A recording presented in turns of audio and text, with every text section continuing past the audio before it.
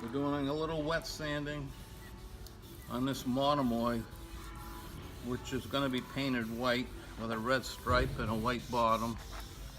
But it doesn't matter what color, it's all the same. Just keep it nice and wet, maybe dip it in some water. As I said before, you can add a little soap to the water, just make sure you rinse it real good. This happens to be 600 grit. Is that your first grit that you started with? Yeah. Okay.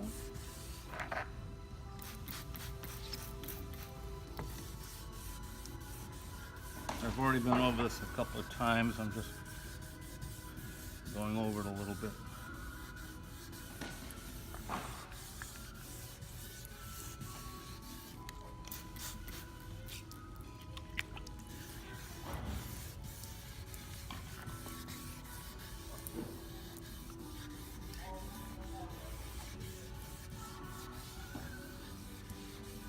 That's probably all I'm going to do.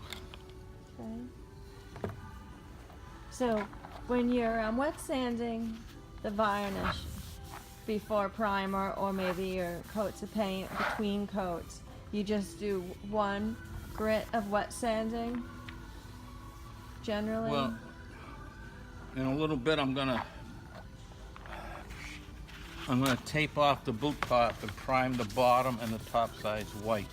Yeah. And I'll probably sand that primer. I might use wet paper on the primer. 600 maybe, 8. But what I guess I mean is that you don't do the multiple getting finer grits of wet sanding until it's completely done being painted, right? Well, I never switched.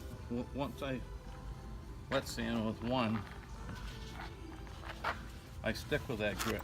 At the very end, I might use 2,500 or 3,000 wet paper, which seems excessive, but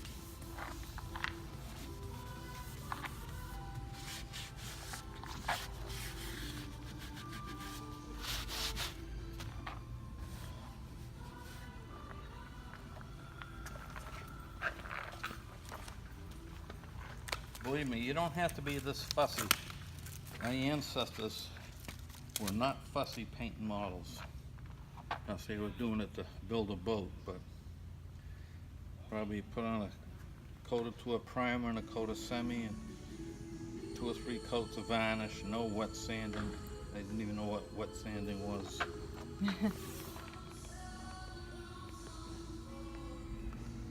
I'm gonna narrow this boot top up just a whisker.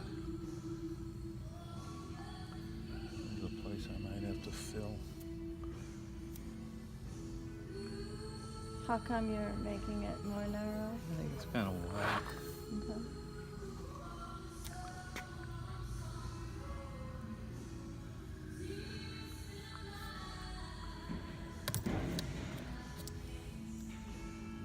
Well, the people have been asking about the sandbagger.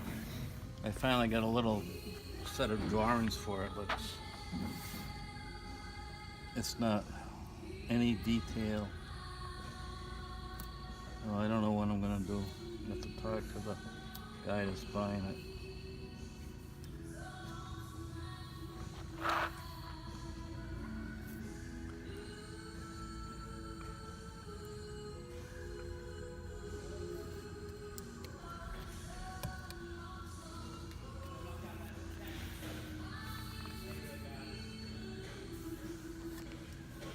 All right, in a little while I'm gonna